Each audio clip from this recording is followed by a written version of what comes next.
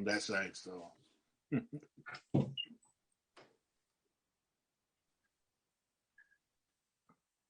What? Yeah, ko kalo no ko tau hu be ke Facebook mo YouTube ko tau ka mata ya. We're live now. Maro.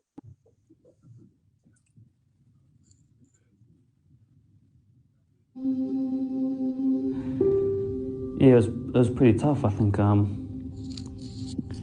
I guess I made the Crusaders with, and he wasn't there for a long time, and I guess when I found out that he wouldn't be on the same journey as me, it was kind of it was an empty feeling. I thought we'd always be on this journey together, and if one of us wasn't there, it would be me that wouldn't be there. So he's the most hardest working person I know, the most professional athlete I know, and it just shows you can never get comfortable, and it's taught me a lot of lessons, and making sure that I do everything I can to stay in this environment and not take anything for granted. Words to live by for this kind soul from humble beginnings. We grew up in a Tongan household, so traditional in the way we did things. Church on a Sunday, and couldn't play on a Sunday. We couldn't watch TV on a Sunday. It was very sacred to us. We had a massive backyard. We had one tree and then sort of one post that we made a rugby post out of. I was Andrew Mertens, and I actually wasn't a very good goal kicker growing up, but it was just something that I loved to do. And there's not much Ritchie Mo'unga can't do. Backflips, piano, dance. Yeah. So I play you something. What comes to mind?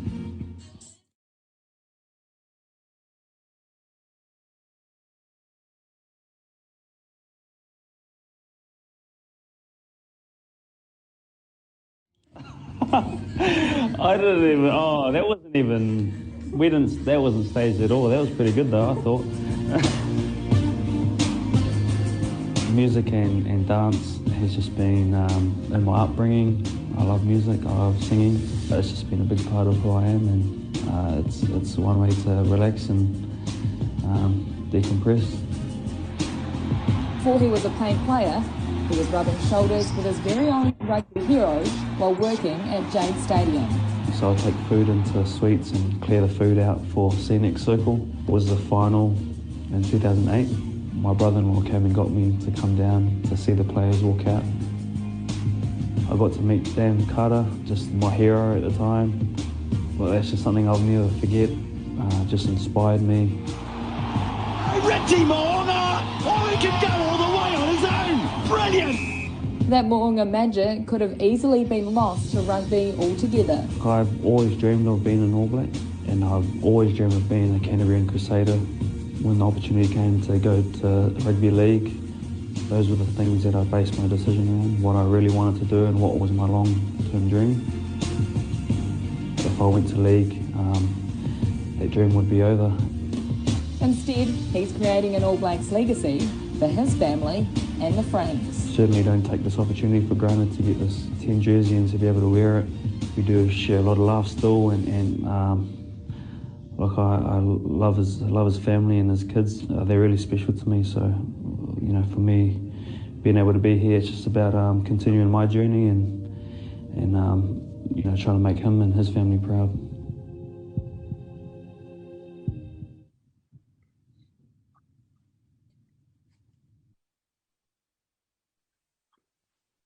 Nice.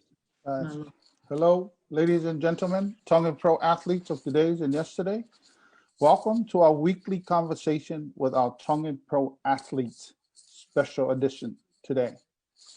Due to scheduling, today is the only day we can have our next guest. Our guest tonight is Ritchie Mo'unga. He is a New Zealand rugby union player who currently plays as the first 5 or 8 or fly half for he's here with his father, Mr. Mo'unga Sr. Ritchie is of Tongan and Samoan descent. Mo'unga got his scholarship from St. Andrews College, where he plays the under 15 and captained his team his senior year. His first year out of high school, he was called up to the All Blacks and went on to make 8 appearances. He was upgraded to a full squad in 2014. He finished the 2017 as the leading point scorer, scoring 160 points in just 10 games. On September 8, 2018, he led the All Blacks to a 46-24 victory over Argentina by scoring 16 points. He was named to the 2019 All Blacks Rugby World Cup team, first choice as a number 10.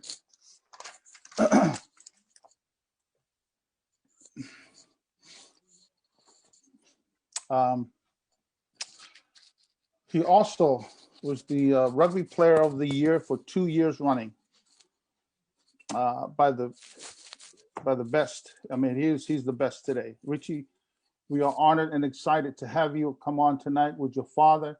We're excited. Our page is just to have a conversation with former athletes and athletes of today, just to get to know them a little bit and have our audience, just to hear your journey, what it takes to become a professional athlete. And a lot of the kids will be listening to what it takes to become a professional athlete. That's all we're having here, is just a conversation, just to get to know you, let our audience know who you are as your father too. Malabito ho lava mai ke tau noa he whiawhini mau whiawhia o asmai mo foha. Ko mau ki pēsi poki pē ko mau whinga peke mau tā noa ke ngahi professional kau wa inga hak me Tonga. Me wholoa pe mo tai nim kau mau whiawhia he ko mo lau mai whiawhini ke tau po tala noa ke tau mau whi ilo atu peki ho foha kwa kene wa inga bo ha mea nei ngahi tare niti o kune mau ko pau pe ko mai pe mea koe he so but before we get started, I want to ask our audience if you could share our conversation to your friends and family. We appreciate all of it. You guys being here in our conversation.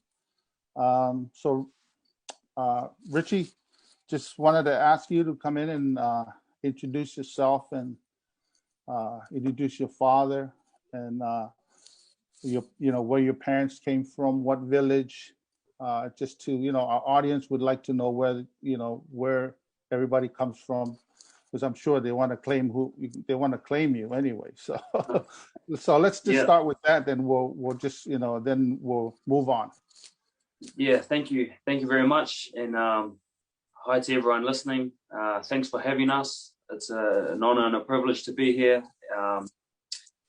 to speak a little bit about myself, my upbringing, and obviously where I'm from, where my dad's from, where my mum's from.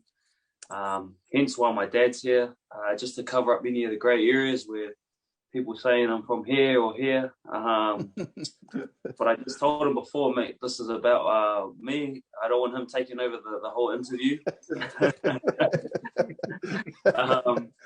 But no, he's really proud, very proud to have my dad here. I really want him to speak a lot today and to answer a lot of questions. To be honest, this is the first time that I've ever done something like this with him. Awesome. I haven't had him in any interviews with me speaking about my career, and it's really special to have him here because he is the biggest influence on me being where I am in my life right now, and he shaped me to be the man I am today. So very grateful, and thank you for the opportunity to have him here as well. Nice. It's a privilege and an honor, Ritchie, to have you here, and we would like to ask your father if he can introduce himself before we go on. Perfect. I'll introduce yourself. Malo opito, I find a Mario or Obi Moku. ko au ko kuhingoa ko Simone Mo'unga. Na e whaere e au he tāhiwa lima noa. I e ki motu I haapai ko Mo'unga one. Na e kei ngau e whakase tuata horo a se mis ko tamai mo keresi ko whae. Na whaere e au I Mo'unga one pa mau. O horo he rotu pa mau. Hiki me se tuata o whaife kau. Hange ko kulawe ki a karo na mau whaife kau I ko ulo he ono taha. Mau a whangi he ono taha. Pe mau pe alu aki o mau o whaife kau I e ua. Pe mau hiki mei e ua ki haapai au nofo e ua. Ka alu e utangata e ki o māloro I whakakai haapai. Na ulere mare wau ki Musilani e tāiwa fitu whā. O whokotua e te koni o mau e hoa, o mau me whanau e toko onu. Ai o whikanima ki ai a lisiate o iloa ko Ritchie Mo'unga. Ka ko lisiate, ko whakahingoa ki he lahi au, na e more he toko mea he tāhiwa fitu fitu. Na e mari ki makawi, mo e whanau e toko mima. Na nau ngau e whakarotu ki niwa tōku tapu. Pe hao mei tonga ki niwa tōku tapu e ose ai kātoanga. O more he toko mea, hage ko mea umou mea ai. Maro. Okay. So mone ko ku eke tupe ko whanau e toko o lau toko ono ho whanau. Koia, whanau toko ono. Pa ko Ritchie lewa na whika nima. Whika nima, tolu tangata, tolu whewhine. So na whare kātou ben. Uraki ua tolu, na whaere nau toi o karani. Pe mau hiki mai ki kua tiesin he tāhiwa walu fitu.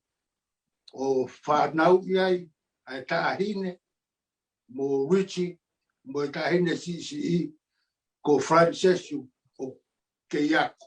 Okay. Ko mautuuia. Ka koe toko toru la lahi ku nau Asteria. Asteria katoa. Okay. Mo nau mari, mo nau whanau. Ai ka mo tupo ka ho whanau ko na spot ka do be na akapul ka do be. Po ha o sia ka na ko na ta to tare ni tiang I ta ha ko na da me da tau ka to. Kamasi lahi. Na upehe ko fuafua o plekia. Na to wa inga ia ba mo tendi kata e first 15 ai push high.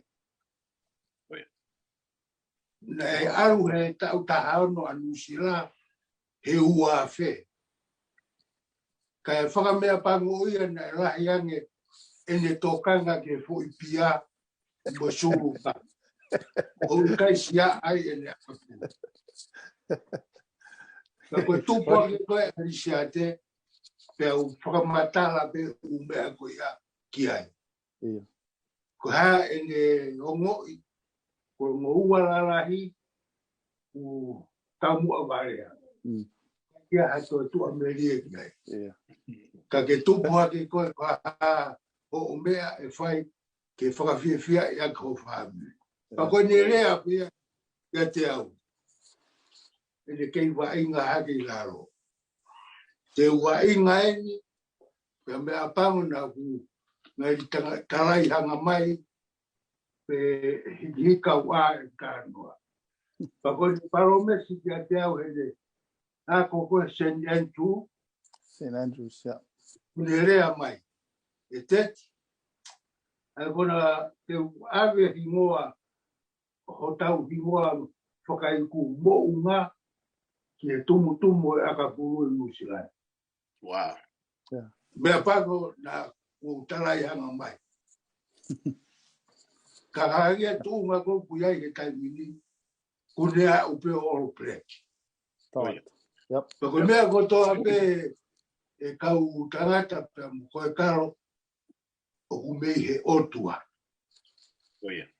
Na whaia hano te kaki, na whaia hano rotua, koe hui ko tari niti na ane whaki, marisia te. Monla. Monla. Simone, Wawe, Richie, sorry. We just want to get a few things out from your dad first, and then we'll get to. Don't worry, we'll give you all the time you want. Eh? Is that okay, Richie? You guys. Okay. okay. It's all right. It's all right. I'm just here. Ko ben ye tau audience ko ni me Facebook ko ki leka ko ki tama ha pai ko ni ko pitapua senior we fai ka po me ena Oh, yeah. One ti to he mai fia mai ho tala ko e ha pai ko ka ko loto peke ke tala mai he na ke tala mai wa ki ko nga ki ko lo vai o ko loto ke ni lo fai ka ko ni o ku nai te o ko nga me ifo Oh, yeah. O whakamea pango ia whoki, e ku mau whiwhiri whanau, e whae ui ngā mea na mau whakai umai. Kono tonu ke mau whakai ku rātu kefu. Pea, kai ke, maroro whuke tangata eki, pea, whakakai iro pe whāno uhinga. Ka ku mau pore hau mau konga ki koro wai. Aupito. Koe whaaru koe utangata eki ki Tonga e konferenis, mua whainga mea whakakiasi. O kutala noa pe ia nai aru ki koro wai. Ia sele la tu kefu, motaria uri la tu kefu. Kai mea pango o te kai ke mau whi roa ki mauto. Oa umai ke ahon. O se re fo ko helo ia e timi o hifo pe na ne fa fonga pe timi o Tonga Just want you to know, Richie, in our pages, a lot of pages. I mean, there's a lot of pictures of your that side of your family, the Latu Kefus, in the Tongan team. Sele was a huge man, like 6'5", 6'6", somewhere around there. But he was an amazing player. But anyways, Uloa tupe Simone ka mau ki hoko hatu ki he fuha, ka tau toki whetano aki pe, Maro. Iyo. Richie, first of all, it is an honor. When I wrote you and when you wrote me back, man, I wasn't expecting it. I have been writing all you top players, Tongan players out there. And you know, I guess people are reluctant to write back, but to see you write back to me and giving us this opportunity, it is an honor for us, especially when one who's at the top of your game. Tell us about last night's game, Richie, what that meant to you, and I want to give you a quote later of what you said about the game coming up to last night. But tell us about your preparation with your team coming into last night, please. Yeah, just to talk more about what you said at the start about replying and about being here. As I said before, it's very special, and to have Dad here. But I guess, to be honest, one of the reasons why I did reply was I guess I haven't had many interactions with the Tongan community and Tongan people back in Tonga. So yes, nice. It has been in the back of my mind that at some stage I do need to connect with people who are wondering about me or who have questions for me and that want to hear from me. And I just saw your message and found that this was the perfect opportunity to get that interaction. And I thought it would be even better to have Dad here. And because I am shy, I am a bit ashamed that I can't speak fluent Tongan, that people don't look at me and all of a sudden say, yeah, he's Tongan, because of the way I talk or the way I dress, or because I'm one of the few Tongans here in Christchurch, and and that is a big barrier for me to get over. And a thing of embarrassment. So sort of to conquer that and to get that connection with people and to say that I'm a very proud Tongan, you know, as much as I play for the All Blacks and here in Christchurch, you know, just the fun fact, when I was actually younger, I could speak fluent Tongan and I was bad at speaking English. And that's how involved we were in the Tongan community, in the Tongan church and Methodist church. And Dad was a student there. And without a lie, that's how we were involved in the Tongan community and church. And just throughout life, as we know, as we get busy and the scholarships at St. Andrews College and continuing my life, you know, that part was lost a little bit. And it's really awesome to have this opportunity. Sorry, just to go back to your question about the game. It was a special game. I knew how important the game was in terms of the competition and how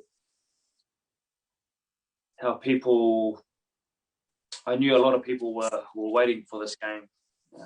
The importance of it and the matchup and the head-to-head clash. So, yeah, I was just very happy that we won and obviously it was good to come out injury-free.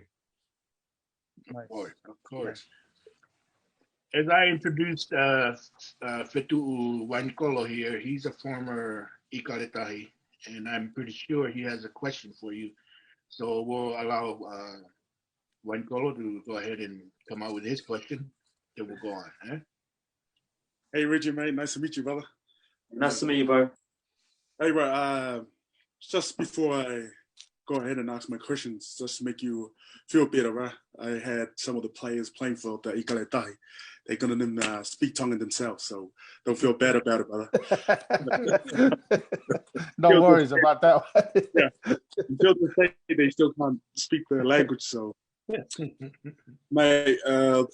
Playing for the Crusaders, I'll go back to how your dad was saying, growing up and your sibling, little that people out there don't know, basically the New Zealand school is a big thing for young kids growing up. Was there any pressure for you to be better than your brother? Of course. Growing up since... Huge pressure. I'd say that pressure is bigger than the ones I go through now. But I think Dad alluded to before, but my older brothers were just unreal. Had all the talent in the world, and we know of people that have that talent but haven't made it in the game of rugby or the sport that they have chosen to do, and for all sorts of reasons, and for reasons that they actually don't want to go down that path, which is what my older brother decided to do, is not to pursue his rugby dream. And a lot of it was due to pressure at a young age, and playing with the likes of Dan Carter and playing for 15 at the age of 15, 16, which is just unheard of, which doesn't happen today. So for me, it was just, being able to learn from his mistakes, because I was able to do that, and I idolized him and everything that he did for me. And, as I said, I wouldn't be here or where I am today without my dad. I could equally say that for both my brothers, because they paved the way for me, and they told me, what not to do. Sometimes by saying it verbally, but sometimes by doing the wrong things too, which I'm really grateful for in the lessons that they taught me. Yeah. Just on that, but man, knowing that you always wanted to become an All Blacks, how did it feel when that first phone call came in? Because obviously you get the phone call before everybody else, before they let it out in the media and stuff. So how was that feeling, man?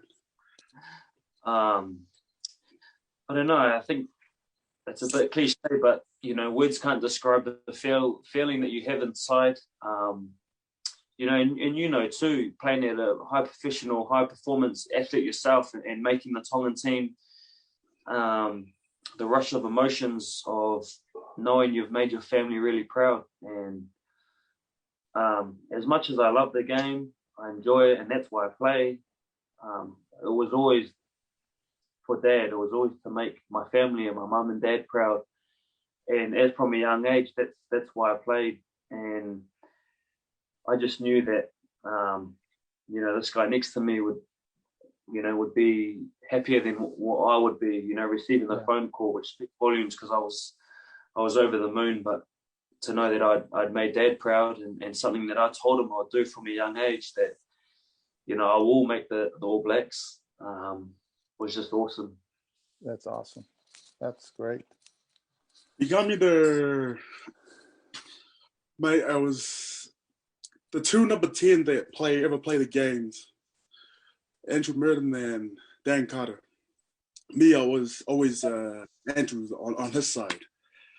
I hate it when I used to get mad when Dan Carter used to come over and take over, and because I was always stuck on Andrew Merton, mate. Two number 10 in the game, play for the Crusaders. How does it feel, man, to wear that number for the Crusaders and also for the All Blacks?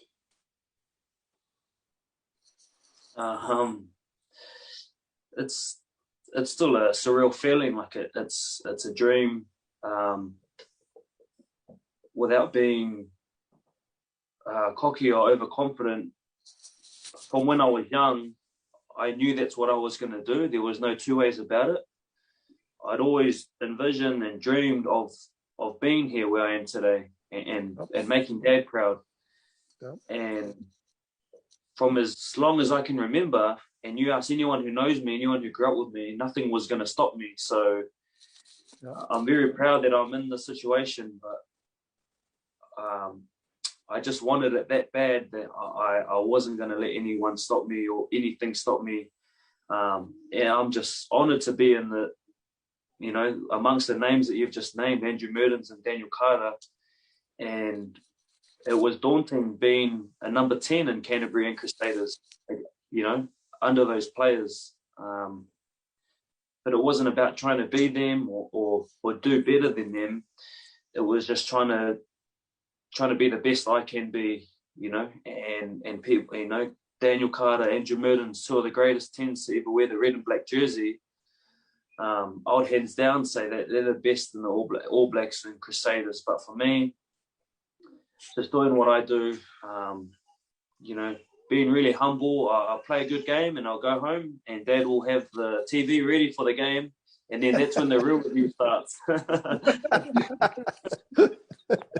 So I'll do, 10 good things on the field, and I know the one bad thing or two bad things I've done, it's waiting. Dad's waiting for me at home. So he keeps me grounded, keeps me humble, which is awesome. I love that about Dad. I love that about my family, that they can keep me honest, and regardless of where I am on the big stage or status, I'm still the little brother or the annoying sibling.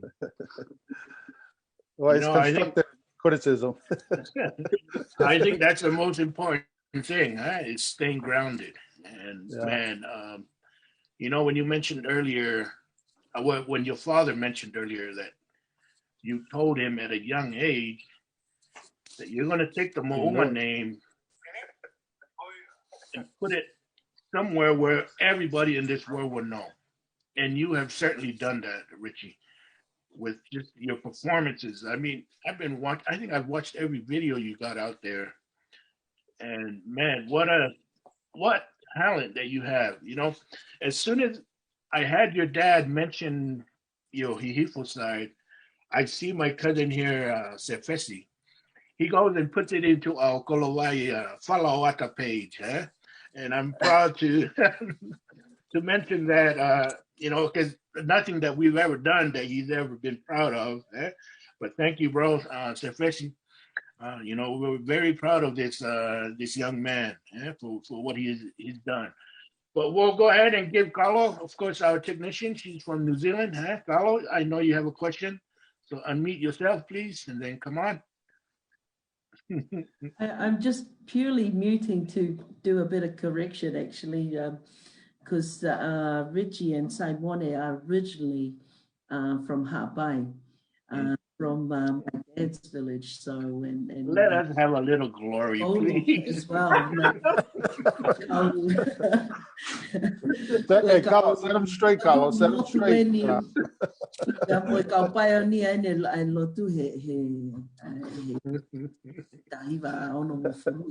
So, you know, my family's from there, so malo apito.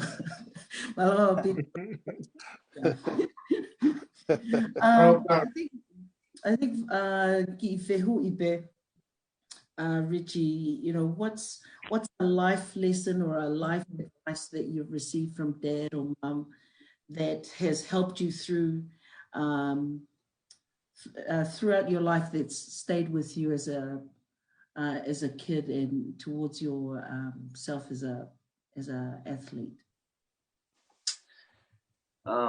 I've had many lessons from dad and mum. One in particular, I remember when I was younger, mum told me to sweep the walkway into our front door because there were leaves throughout the walkway. And this is going back many years. And I remember doing the job, but not doing it properly, just doing a good enough job for her to say, yeah, that's okay, and hopefully I could get away with it and go play with my friends or kick the ball, whatever. And I remember mum came outside and I got a flick on the ear, a snick around the head, and she said to me, if you're going to do something, you do it properly. And as simple as that is,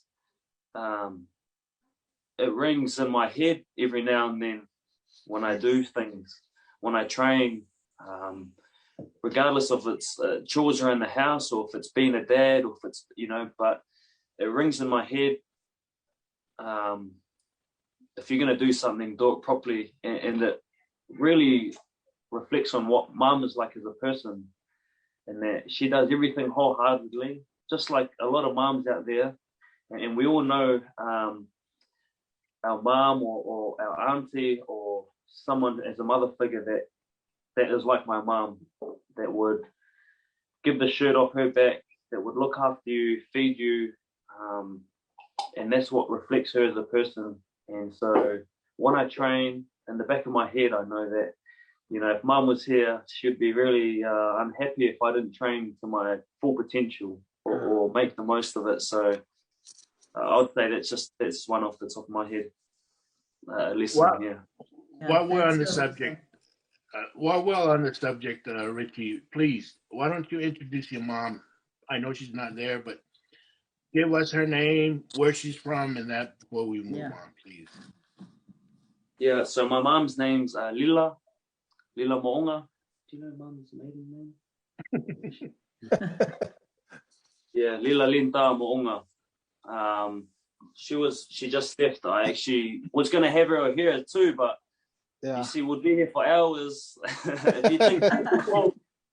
you think Dad can talk, you wait, Mom. She would. Oh, he'll fit in really well with Bill. Yeah, we do 3-hour shows, so you're all good. But I'll let Dad talk about where he met her and. Okay.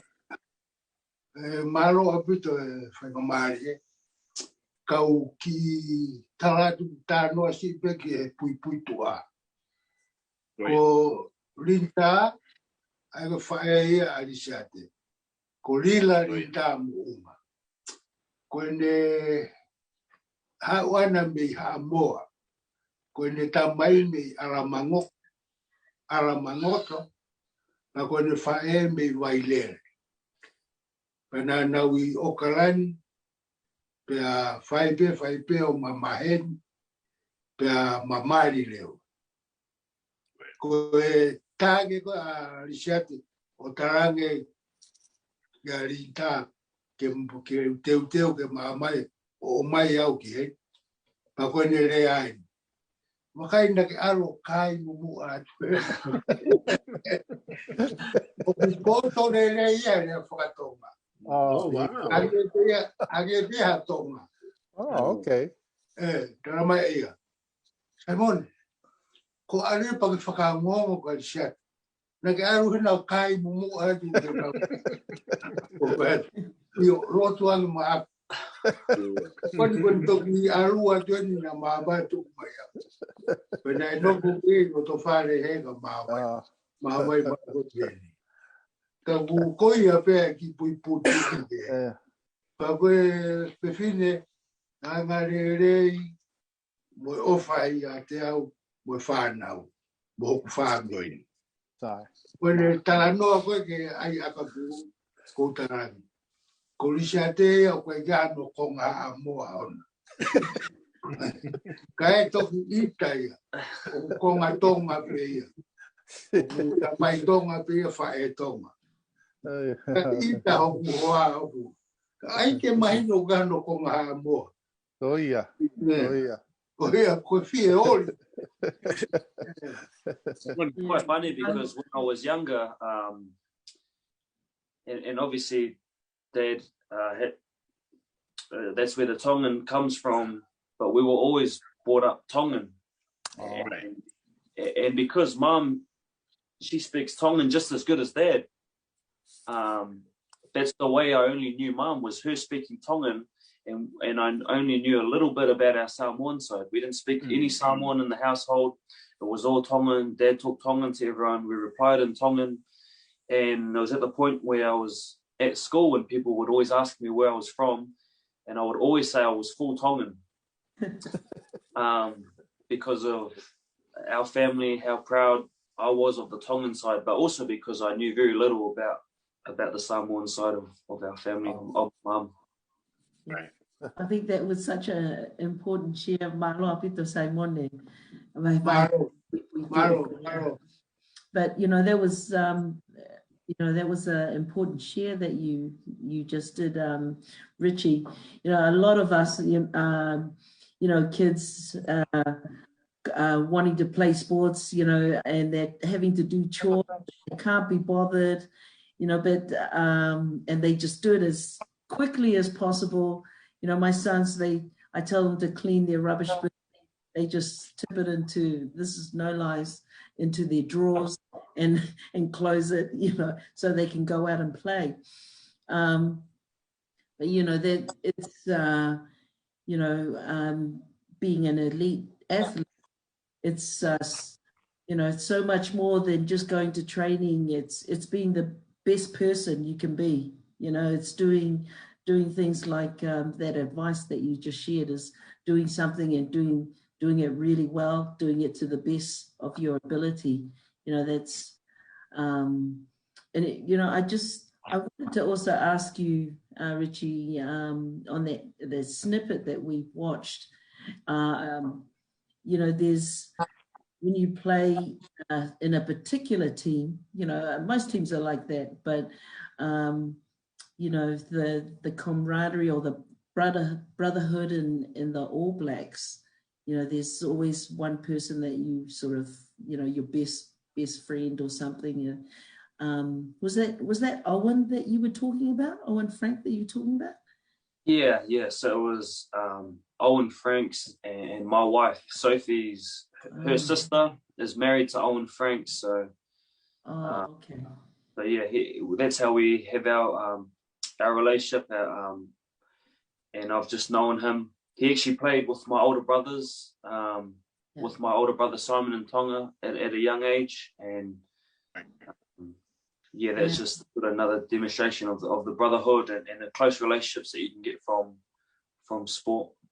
Yeah, and how does the brotherhood or the relationship that you have with each other in there help you along in your career? Oh, I'd say it's one of the more important things about a team and the camaraderie about playing with other people. It's the relationships that you build, and to be honest, it's never the reason why I started playing rugby. I didn't play rugby to make friends or to gain close relationships, but when you start to play in a professional environment at high pressure situations, that's when you know that you can trust the guy next to you, as the brotherhood and the camaraderie that you have from growing that relationship, hurting together, training together, suffering together, learning together. And with the Crusaders, it's something that we pride ourselves on. I know that he'll do anything for me off the field. And so when I'm on the field, I don't have to think twice about him making his tackle or him working as hard as he can, because that's just a given in our team. And that's why it's so important. Yeah. I've just got one more question for you. I'm going to shoot off, unfortunately, for another Zoom, but and hopefully I'll be back before you finish. But what is your greatest sporting achievement as an athlete?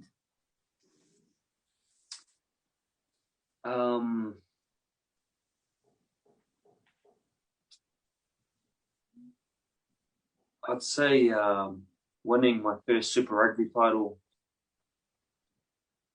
Yeah. Yeah. When was that, Richie? When was that? That was 2017 in South Africa. And yeah, I think that one meant a lot to me, and means a lot to me because I've always wanted to play for the Crusaders. And I'm not saying Crusaders above this team or the All Blacks are here, but I always wanted to be a Crusader first. That was my team. Growing up in your province or the city where you're from, it's just a team that means so much to me. So to bring the trophy back home, and when we got home, Dad was actually in hospital. He was having problems with his heart. I had the trophy for the night at home, and I visited him and took the Super Rugby trophy to the hospital. Oh, nice. It's something that will always connect those memories together. Yeah. Is giving that dad the opportunity to see the trophy, and that's Yeah, that's awesome. Fix it right up. Richie, before Simon, I'm going to. I've got another Zoom, but hopefully I'll see you guys again. Thank you. Thank you. Ritchie, mate. I know. Oh, just for me, Ritchie. Can you please share your experience with your first trophy, and who'd you guys play in the final? And because most people don't know, going to South Africa it's crazy out there. Before the game, and share with us your experience, man, before the game and during the game. It was crazy. Like, it's still to this day where it's one of those things I think about and just like sort of ask, man, that happened. Like, it's crazy that we went and achieved something like that. And it was only my second year of Super Rugby, so winning was foreign to me. You know, winning a championship. I've always heard of the Crusaders, you know, and I'd seen it, Crusaders winning championships when I was younger. You know, 2005, 2006, 2008. When I was young, I vividly remember those moments. But here we were many years later, and we hadn't won anything since 2008. So it was foreign to us. But as you said, going to South Africa, even during the season, let alone a final, the crowd is hostile. It's loud. They're singing, and you feel under pressure and the high altitude. It's hard to breathe. So amongst all those things, I found it very difficult. But as I said, we won, which was the first time that anyone has gone over to South Africa to win a Super Rugby title. And it's, best, some of the best experiences you have is sort of, as I talked about, the camaraderie and the brotherhood, working for something, and then when it pays off, when it all comes together and it happens like that, that's things that you'll sort of cherish for forever. Who'd you guys play? We played the Lions. So we played the Lions in Johannesburg at Ellis Park, and there was, about 60,000 fans there, screaming, and it was, it happened just like that, and it was, it was awesome.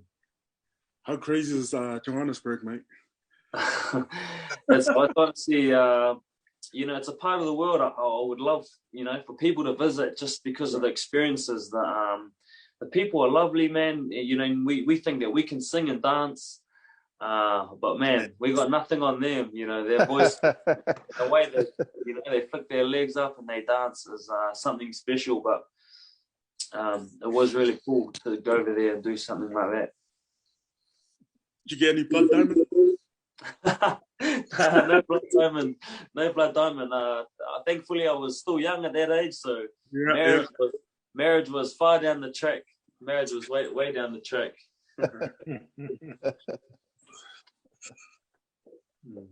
I know you want to jump in.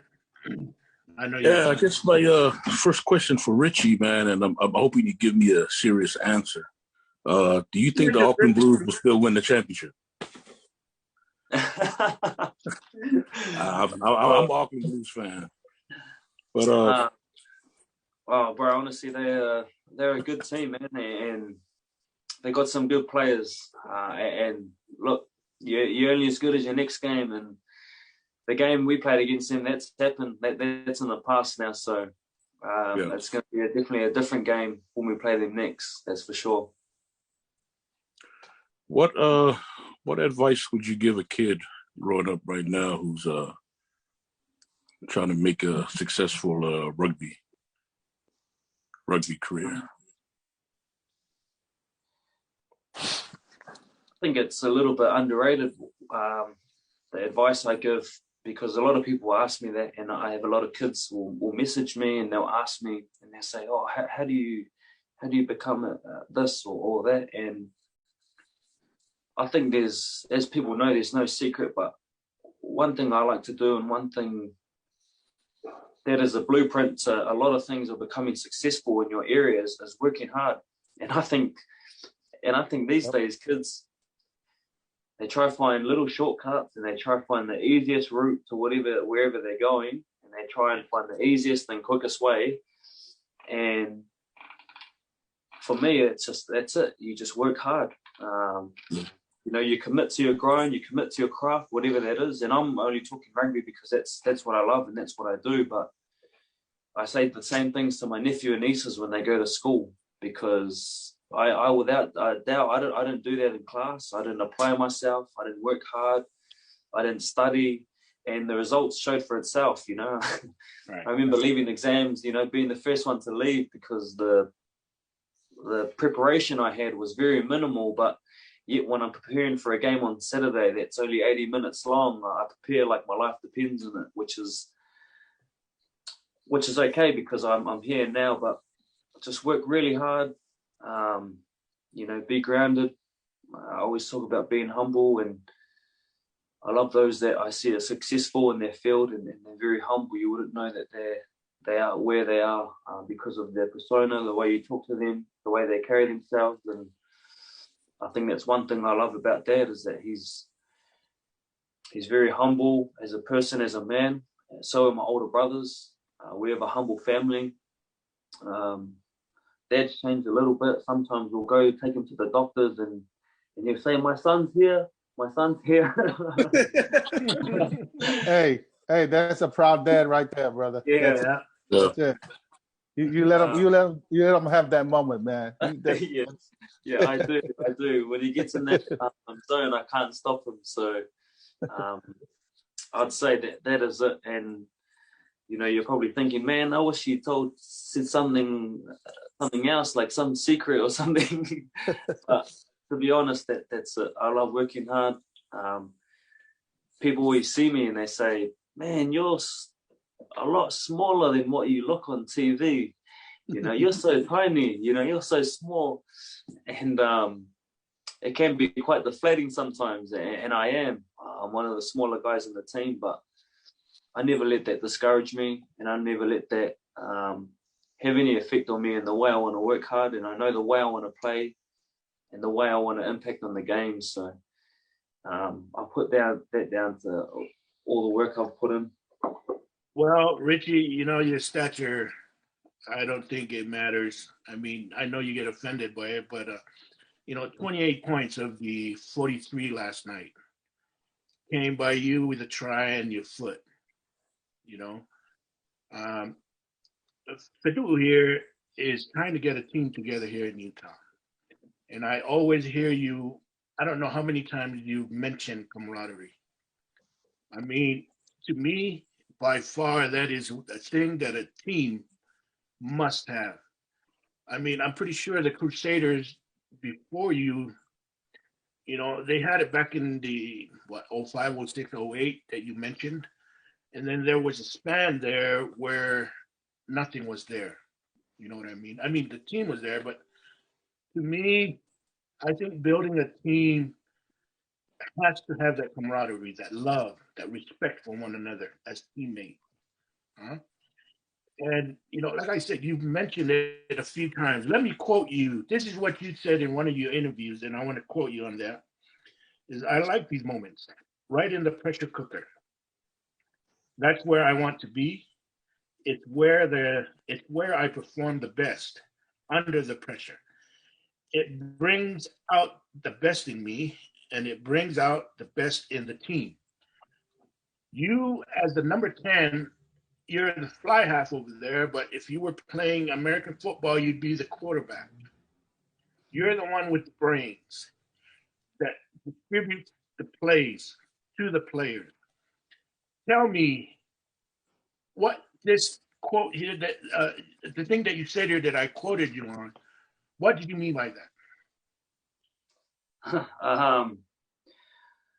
I meant what I said around pressure, and you either go two ways with pressure, and we see what can happen when people don't perform under pressure. And I'm not saying I'm immune to pressure, and that every time I've been under pressure I've executed or I've succeeded. Yes.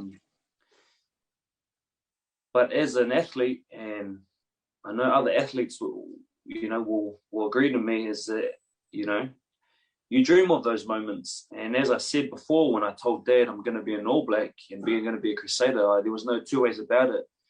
Just like I dreamed about doing that, I dreamed about kicking goals under pressure.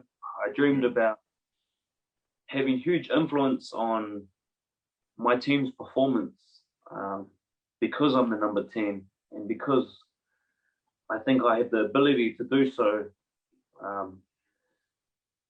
But that pressure, it makes me better, it makes the team better. And from those moments and from that game in the weekend when we were put under pressure and we come out the other side, the next time we do that, and the next time I'm under pressure, and the next time we're under the pump or things aren't going that well, those are the moments you look back to, and those are the moments that you remember. It's like you go into battle with your brothers, you've come out the other side, and that's what you build your relationship on, and that's something that you can't get these days. Teams lose and they lose. They say, success breeds success, and it's right at some point. We've been winning because, we know how to win, but you see when teams go on losing streaks, it's really hard to come back because of past experiences, and in past times they might have choked a little bit, or they might not have executed their game plan. And that sort of comes hand in hand. And that's one thing I love about footy. It gives me the opportunity to be in those moments where you can go one way or the other. And that's when you learn a lot about yourself. We could only imagine, especially coaches that's coaching you guys in that level. You know what I mean? Of course, players will come in with, hey, I play this way, I like it this way, but the coach has a plan that players has to adapt to and execute, and I think that's the most important thing, that you guys, man, the way you guys played last night, it's like watching the All Blacks, the way you guys, there was a particular play where I wanted Carlo to play your score last night. I can play for you, Bill. Oh, yes, please. Can you do that, Carlo? Thank you.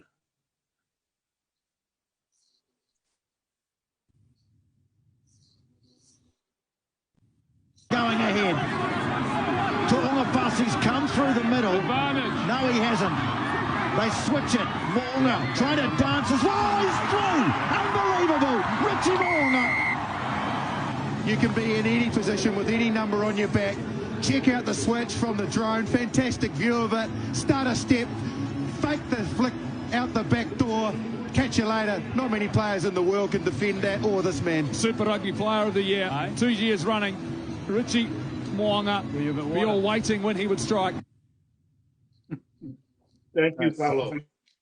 My point is with this, Ritchie, there's 3 guys when you came around that seemed like it was going to be well defended. You know what I mean?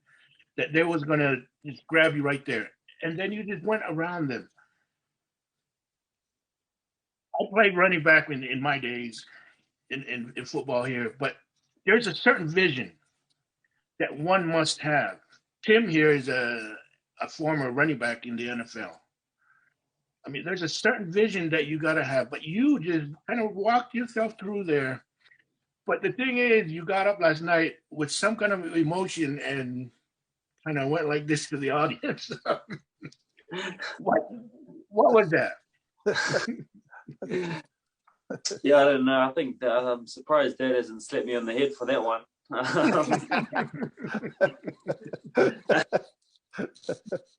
Well, I'm pretty sure Friends was talking smack and this and that. I know. So, yeah, it's you know, playing away from home and playing that away game, and you know, I was getting a lot of grief throughout the game from the crowd, and it's without saying a word, there's the thing I could do to sort of silence him a little bit. So yeah, I talk about being humble, and that wasn't very, very humble of me, which I'm ashamed of.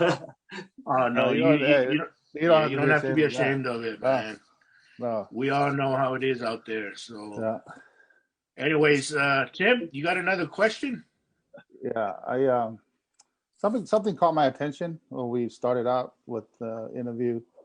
That you mentioned that you already knew that you're going to make it to this level of competition, and I don't hear it from a lot of people. You know, when I talk to a lot of people, they don't see it.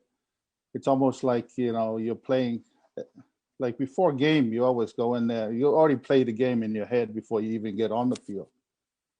It's just the same as you knowing that as a young kid, you already know where you're going. You already know what the end game is going to be for you, is making it to the top of your game.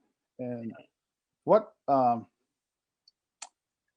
of vision did you have, though? I mean, you already know that you're going to make it to this level, and I know the preparation for it. You as young as you were that at the moment, what was the preparation for you to get to where you're at? Because there's a lot of kids that wants to go. There's a lot of kids that want to make it to that level, but they don't have the will and the drive to make it happen. And what it takes for an athlete to prepare themselves to make it to the next level. As young as you were, man, that's awesome. You saw it already. You already seen it. You already seen your future. You already seen your, making those touchdowns and stuff like that. What was the drive? Was that for you to already know that you're already going to make it to this level? I think one of the first things is the passion that I had for the game at the beginning, the love that I had for the game, and that's what Dad gave me. I still remember him walking me to my first registration at a rugby club, and we walked there, and it was $30 to register, $40 to register to the club, and I still remember Dad had the exact amount of cash in his hand. And as a young kid, we were very blessed, but we weren't very fortunate of having a lot of money or having a lot of material things. And so most Tongans do. And from that age, I already understood how much it meant for Dad and for me to be there, and that he would have this amount of cash in his hand to register me to a club, when I know that money could do other things for our family, for a family of 6, a big family. And so he installed the passion that I have for rugby and the love that I have for the game. So that's how it started. But as I had that passion and as I grew older, another sort of passion came in for me, and the passion was to make Dad proud. And we've been through ups and downs in our father and son relationship, but I don't know how to explain this. The way I can explain this is he wanted me to be an All Black more than I wanted to be an All Black, you know?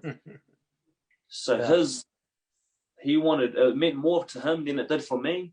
And I'm not devaluing or talking down the respect or the honor that I have for playing for the All Blacks. It means the world to me, but I know it means a lot more to him than it does to me. And that's just something that inspired me. And as I said, it was just a vision that I had. I told Dad I'll be an All Black. I'm going to do this. I'll put our family name out there so that it is well known to people in Tonga. And so that when people in Tonga are watching and they hear the name Mo'unga, you know, I want them to say, oh, let's say Mone Mo'unga's son, you know? Yeah, right. Yeah. And they named his dad and his dad's dad. And people have that connection of, this is the impact I can have on my dad's life. And it just means the world to me that, you know, I don't take it for granted. And, you know, I've been in the game long enough to know that you're only as good as your next game. And although I might have had a good game in the weekend, I'm still the same person I was, you know, last year or the year before, because things can change very quick, but just very grateful that this is happening.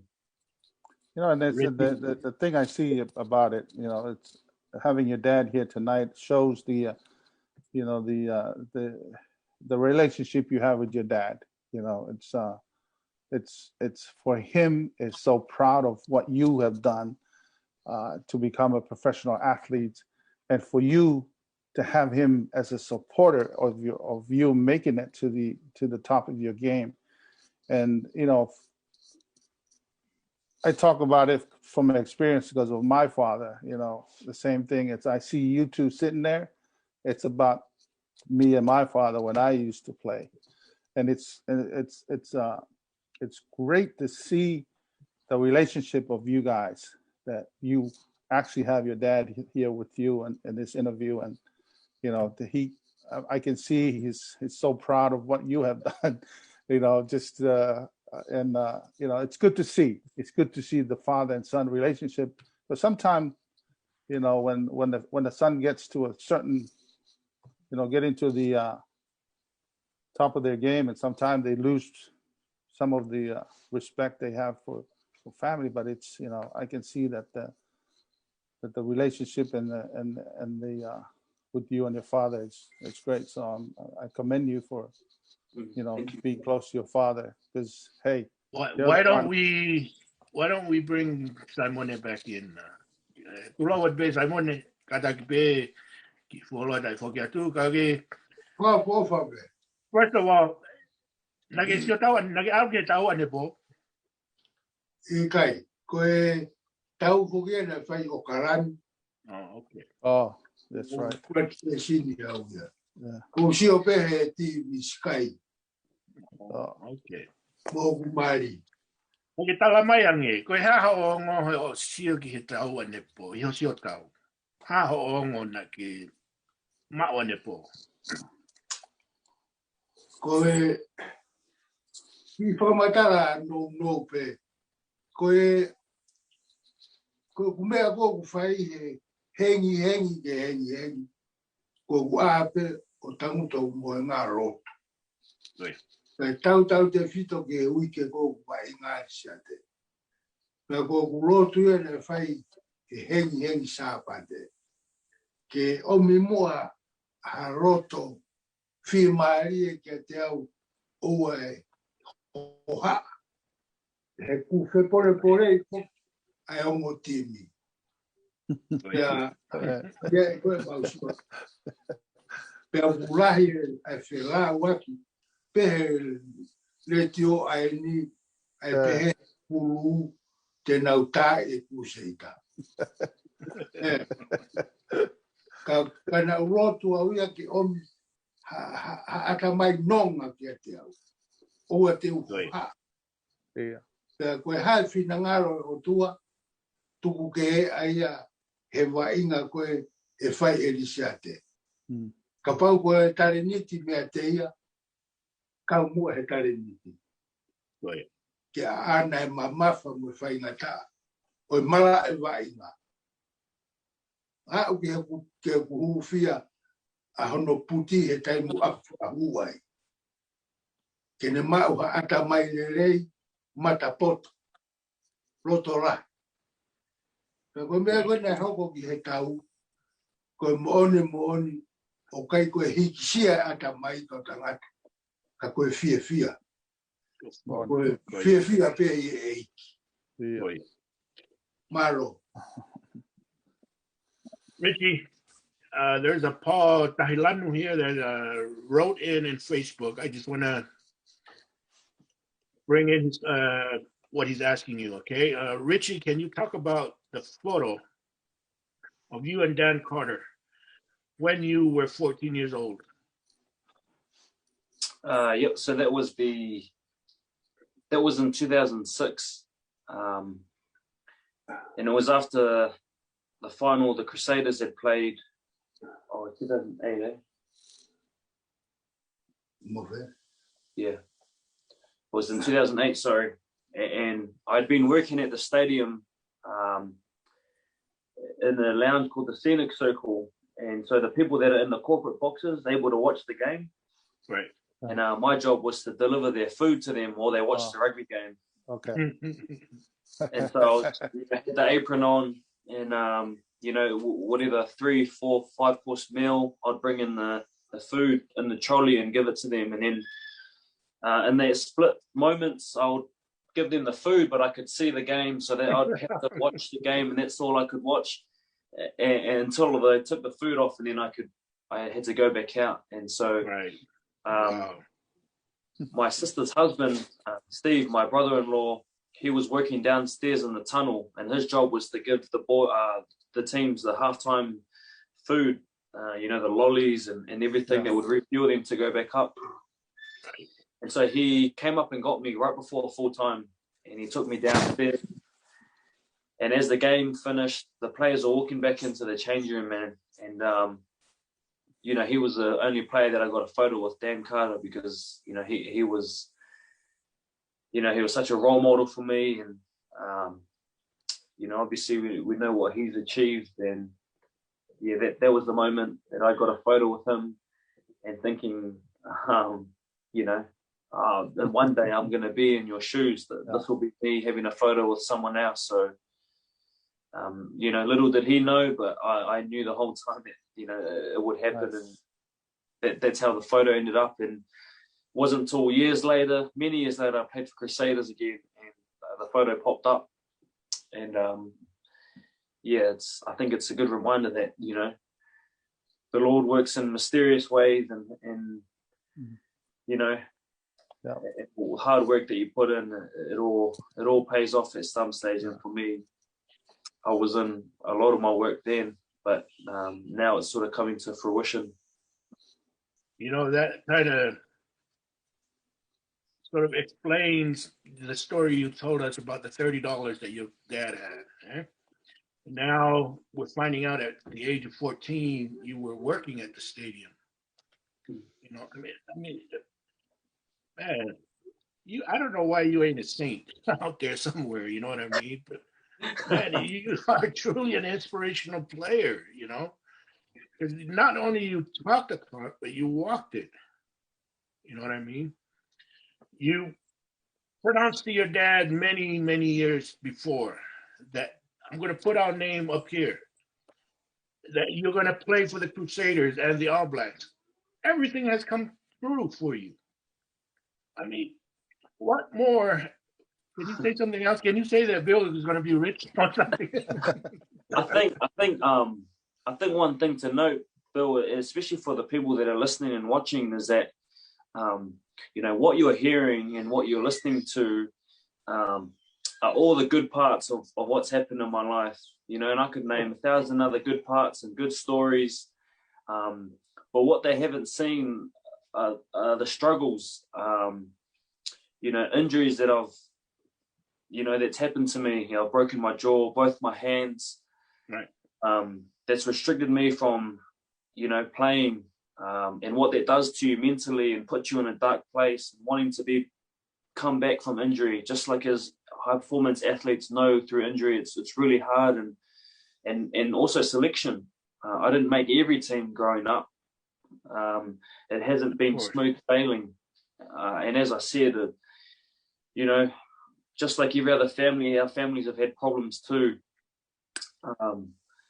So it's been up and down, and so I just want to remind everyone that it hasn't happened just like that for me. The struggles is what's made me really grateful, and it's made me work even harder. But through Dad's love and through support, I haven't mentioned my wife and my daughter, but that now for me is huge inspiration, and that's more than rugby. Rugby is awesome, but it's not my life. It's not everything to me.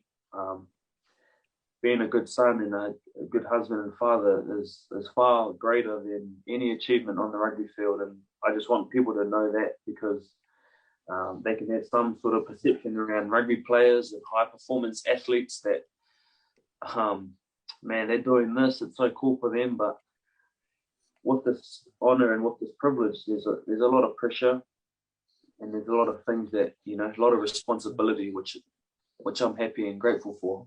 It's funny you say that. With the we only talk about the good part of our journey, but we don't talk about the other side of what you just said. The struggles that you have, getting hurt, getting back healthy, and how much that takes to come back from. It's all a learning lesson for all of us as an athlete. But the side that you were just talking about is nobody knows that side of an athlete, the struggles they have to, getting hurt and coming back from an injury, and you have to work extra harder to even make it back, or some don't even make it back, after, if I may, if we can remember the story of Jonah Lomu, the great Jonah Lomu. I mean, I can remember back in the 90s when his career was coming to an end. There were stories. I mean, as the great player that he was, these are stories that came from New Zealand, that he was lazy and this and that. But, and watch a documentary of him being interviewed, and he explained how the disease with his kidneys took over his body.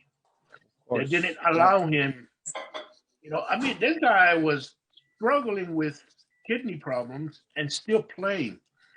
And folks, the media wanted that Jonah Lomu every day, but Jonah explained how this disease took over him. There were days where he couldn't pick up a cup of water or a bottle of water. That's how bad this was for him, But, watching this, and I'm hoping these people from the media would take a look at it, Man, this guy was struggling through things like what you're explaining, Ritchie. There's the backside of things nobody sees. But here it is, the media is, oh, man, he's lazy. He's done. He's done and all that.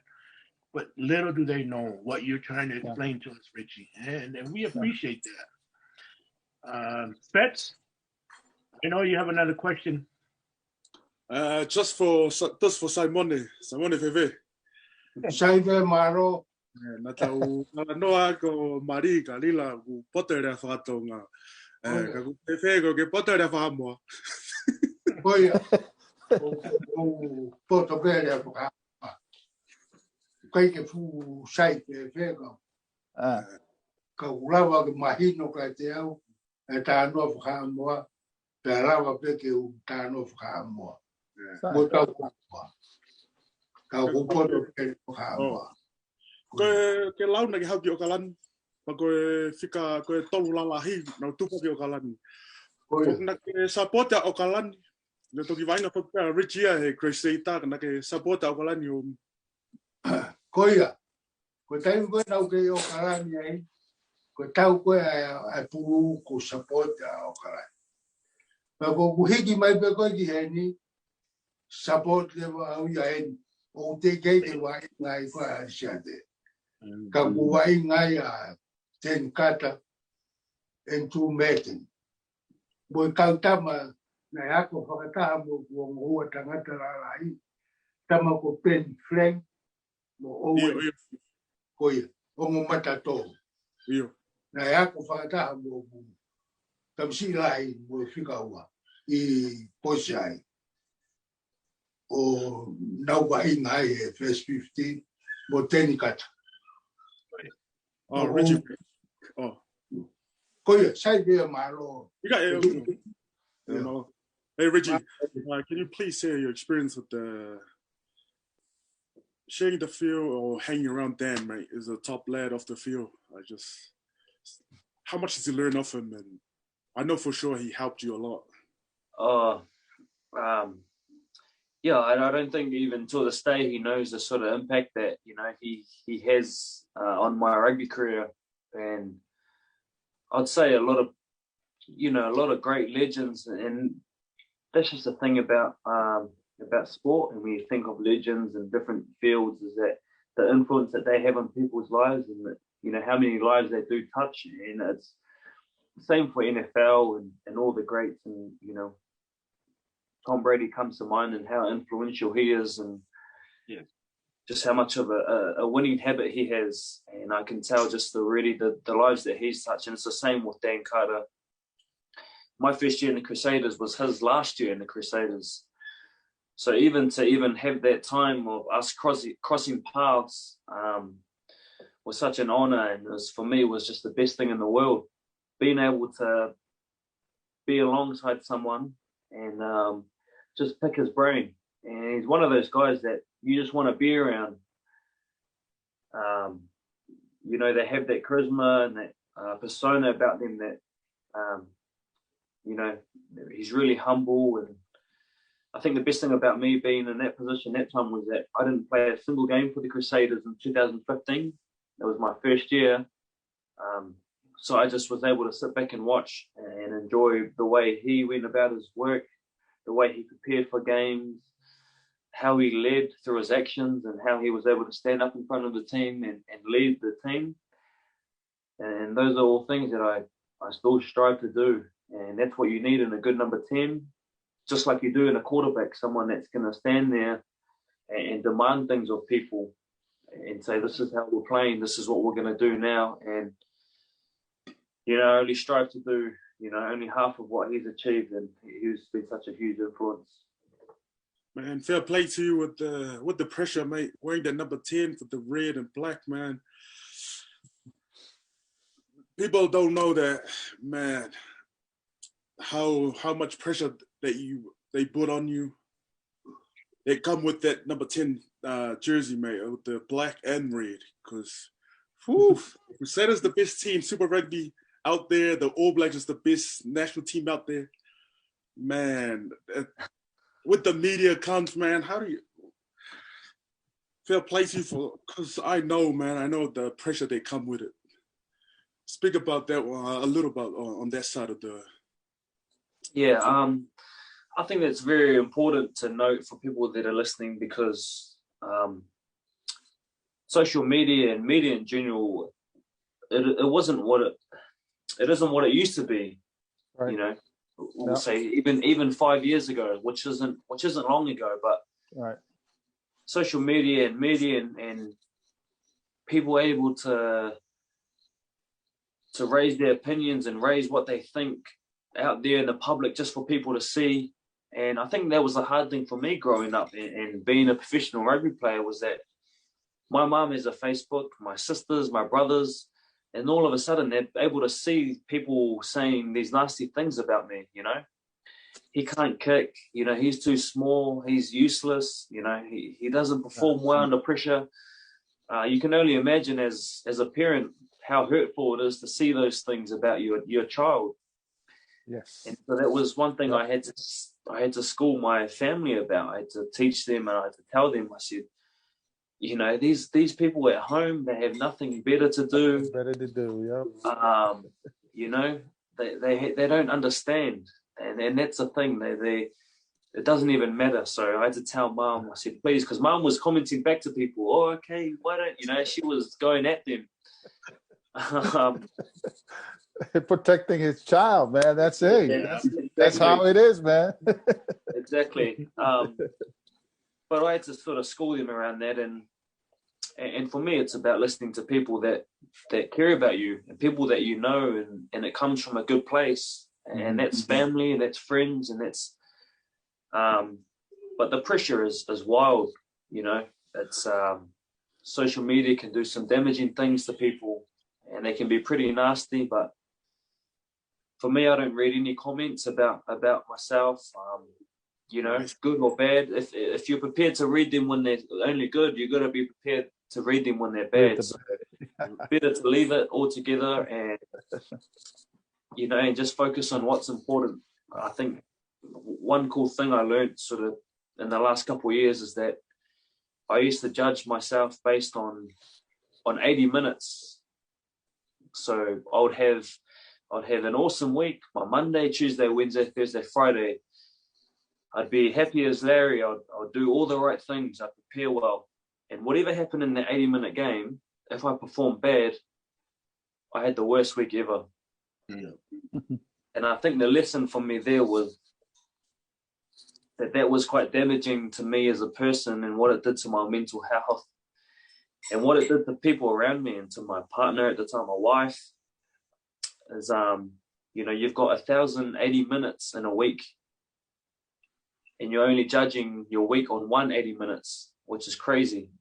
Yeah. So for me, it was learning a bit that, you know, rugby is not everything. Yeah.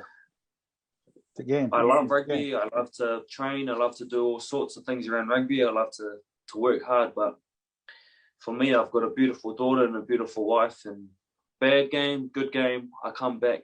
I'm still the dad. I'm still the husband. I'm still the Ritchie Mo'unga that they know, which is far greater than any game. Or they don't care what happened on the field. You're just you come home, you're dad. Yeah. That's Yeah. Ritchie, I'm a big All Black fan. I mean, to be honest, I didn't really not know about the Crusaders until the last few years.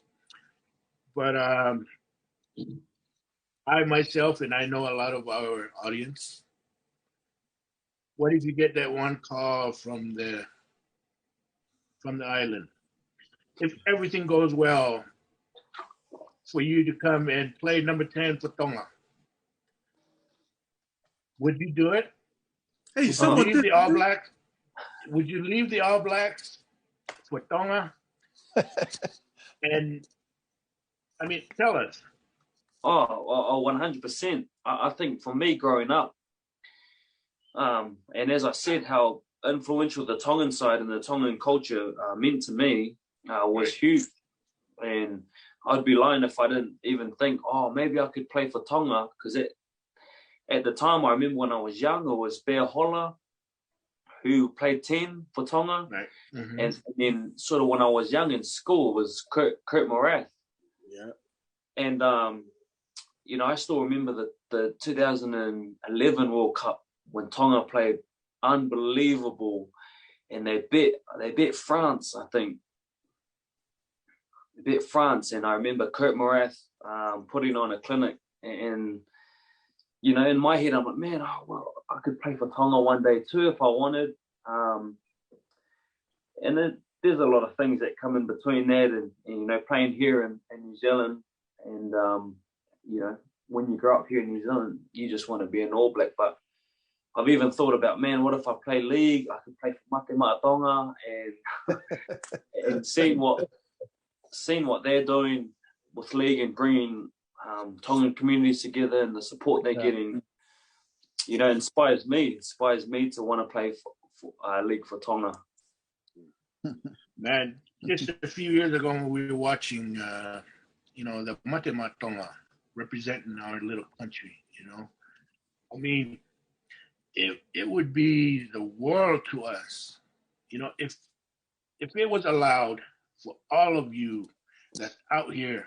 There's a video that somebody put together, and I swear I went to the middle because I wanted to see who was their number 10 pick going to be, and it was you. But, you know, they're picking, you know, the Vunipola kids, the Faletau, you know, all the great players that, man, if that were to happen and put together, man, that would mean the world to us, you know, for you guys to go and represent our little red country, you know. Yeah. And I think it's something I've been guilty of in the past is, obviously I can't play for Tonga, but there's a lot of things I still want to do with the Tongan community here and nice.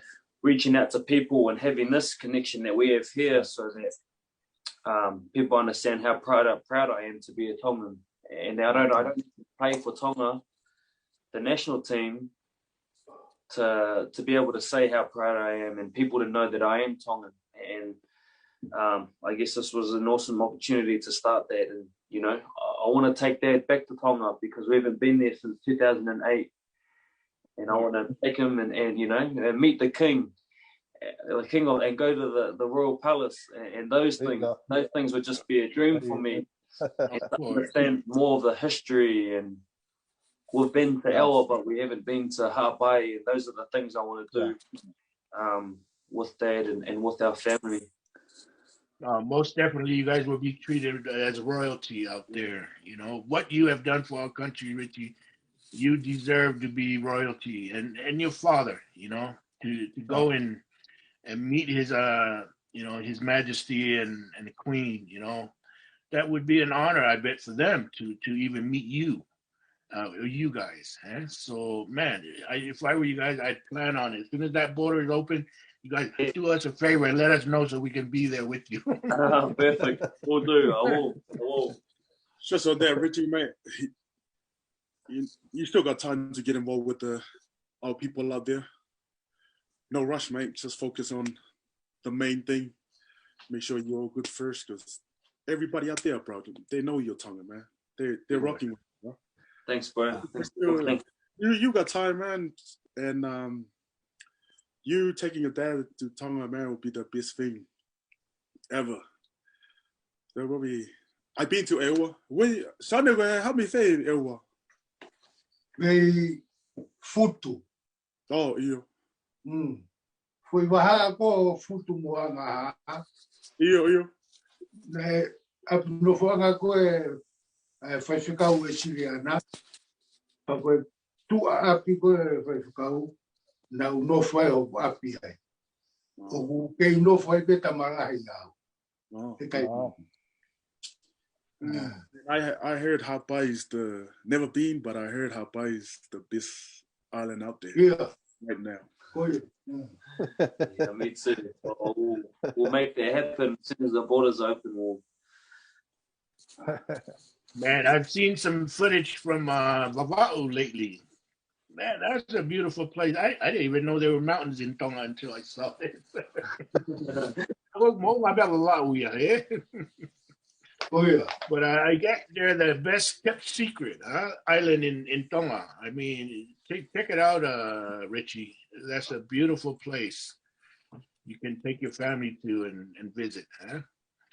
But anyways, we're coming near the end. I know we have a lot more things to talk about. But Simone, lea mai ko tau kakai o ku tokalahi tau kakai Tonga na mea mai ki te koe ke wahe mai pe o opa ki tau kakai mo hafua mea kan te ke te lea mai ki ai kata. Maro abito. O tau whakawhitai ko tō pe ke tu i o rangi ko whainga maari o ahon. Koe. Nei kai atau tōu ka koe otu ato ko taha pe. Te koe taha i whainga maari e ni o mou omi ki a te au mo uhiki o whakawhie whiarai o pito ki e ku mo ui pa i kai ngaru e te au. Koe mea rai na ku fai ku sapoti e ku fa na u na waka pu o kuna ulele loto ka ulele au tu pena fai aki au ia I kwetse sin mogu mari e taimu go maasi o tau lele I loto lele I tu pe ko pe mai kakai machi mai te piko lele I tu ko pe le lele I tu ka whainga ma tā maki o whai loto. Tōku ne pāsi e pū ka au ki tua. Paurere au moia, o ofike lai tata o pau whawhoki ai, o tata o. Ko e whie hua pe. Ka koia ko ofarahi atu ki e Tonga ko toa pe, o kunau whanongoa, pe mamata mai ki e tau pōta anoa. Ke mea I he haapai ko toa pe, ko whee pia potu nau iai. Ko maurere mai me haapai. Kai ngatai, ko kolorahi tahai ai haapai, ko muitoa, ko maurere mai me iai. Pea ofarahi atu pia ki moutou. Ofatu ko mo ngai whaamiri. Pea tauange ke kau e otua, he whanonga, mo hoko atu o e wheohi. Ke tūpe ke kaukanoa e ahoni, tūpe mua ke langi ia, toko taha pia e iki ai. O wharai ai. Malo, when kua tohi mai ni, pe koe ha mea kua upe ngai ke tau tuku maki pe. Kai ke nau pia tuku nau. Kua tohi mai kakai. Ritchie, nobody wants to end this, eh? But, Tim, Fetz, Hano, Ahmed, we'll give Ritchie the last chance. You know, it's like I said, it's an honor to have both of you on tonight, and I can see the pride that your dad has with you, you know, making it to the top. And you know, he mentioned that your grandparents were ministers in the Methodist Church, and you guys are involved in church and everything. And I think this you're making it to becoming a professional. It's because of your grandparents praying about, and your dad's been praying, asking for somebody, you know. And I think that has to do a lot of what you know accomplish with your grandparents and your parents praying. So just my little 2 cents to you, but you know, thank you for accepting our invitation to speak with us. And you know, a lot of people is going to be watching this, and you know, and I can see the humbleness you have. You're very humble of who you are, and you're humble, but you're also know who you are anyway. You know, being a professional player, you know, sometimes you have to be a little cocky, though. You know, sometimes you have to be a little cocky, but staying humble and knowing who you are and knowing what you can do, you know, that's all that you know that you have to know with yourself. But good luck with the rest of the season, my man, and we'll be watching, and thank you for coming on. Malavito, Monday. Hey, Ritchie, it's an honor and a pleasure to have you on here with your father. Just to interact with you and your dad, it's truly an honor. You know, I'll be honest, I never thought in my lifetime that I would see a Tongan playing number 10 for the All Blacks. It's like a position I've always seen reserved for the Paolangis, you know. But you know, it's a real proud moment for me, and I know for all the Tongans. And you know, we're just so proud of you guys, and good luck for the season. And just take it easy on my Blues next time. But Thank you. Just for me, Ritchie, just since you brought up Kurt, Kurt still can't speak Tongan, so you're not, mate. On the serious note, mate, you wanting to get involved with the Tongan community, bro. Right now, you doing all Tongan proud by you doing your thing on the field. You will have time to do all that, but do know that we are proud of you, mate. All that you are carrying the flag for us out there, even though you're not wearing the red jersey. But you're doing us proud, and keep up the good work, and know that the whole of Tonga is behind you, bro. All the best, brother. Ofatu. Thank you. Ofatu, brother. Thanks, man. Right. Ritchie, you want to go ahead and take as long as you want. Take as long as you want. I think it was just a second, just to reiterate what Dad said.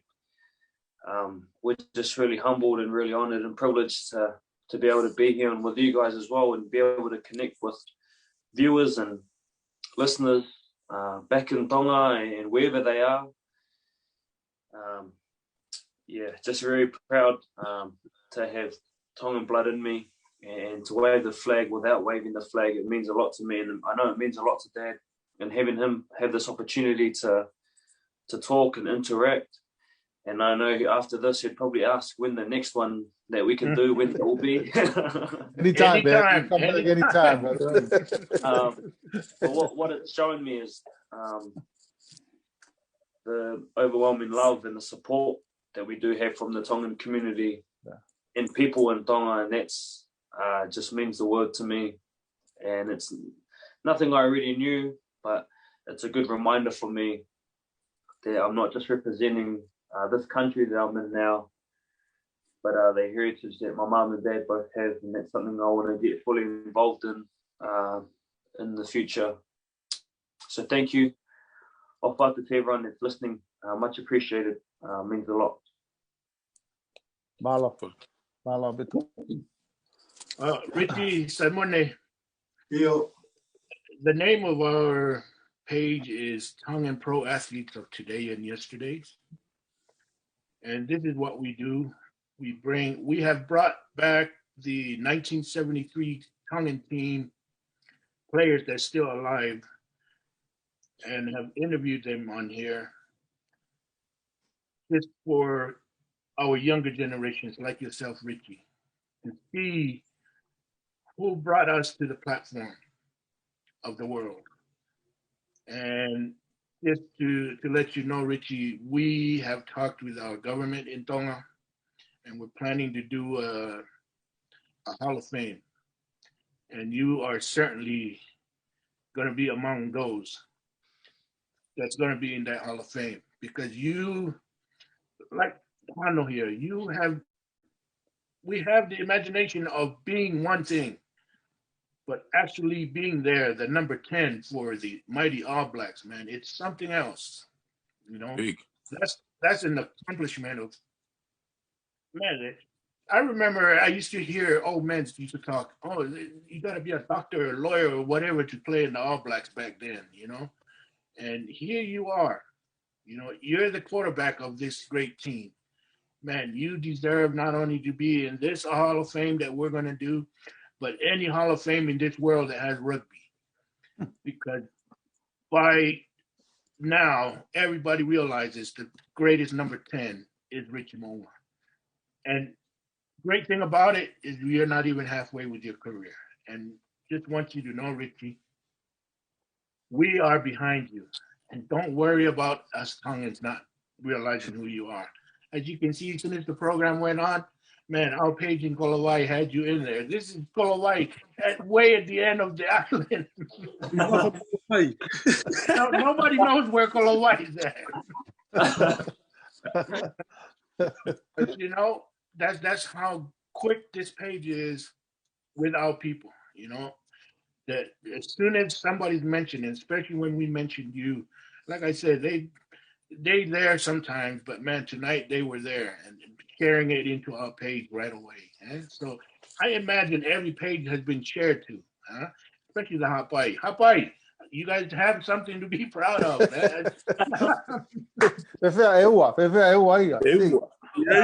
Yes, I'm proud of Fetu here. Anyway, Samone, Kofala, mau ha whamalo lo tahonga moni ki ho si toku taimi ke ha o polawe mo ki mau tolu ki polokanga mau lalo ko ni. Au hange vai lau. Ritchie, I hope this won't be the first and last. Yeah. Please come on anytime. I'm going to write you no matter what. Every time you're going to do something good, I'm going to bring you on. So that's pretty much every other month or so. So anyways, good luck on the rest of your season with the Crusaders. And, man, if things don't work out with the Tongans, go All Blacks. Go All Blacks, man. That's me all the way. And we love you, Ritchie. And all the audience here. Malo si lava mai. Malaki Pomades writing Malo Toko. You represent us well, both in and out the field. 100% support from Tonga. Good luck to the rest of the Aotearoa tournament. So I don't even know what that Aotearoa tournament is. So anyways, good luck to you guys. Hey, Ritchie, ofalahiat kategoe. Simone. Send the family our love. Ofalahiat. Thank you. Okay. Yeah. Hey, Facebook audience, please don't forget to tune in Thursday night. This Thursday night. So 2 nights from tonight, our Paris Baker. She will be with us with her father. And she will tell us about her gold medal that none of us Tongans ever knew about. So please, we'll continue to bring things to you, and hopefully we'll get together. And God bless. All right. Good night, everyone. Good night, everyone.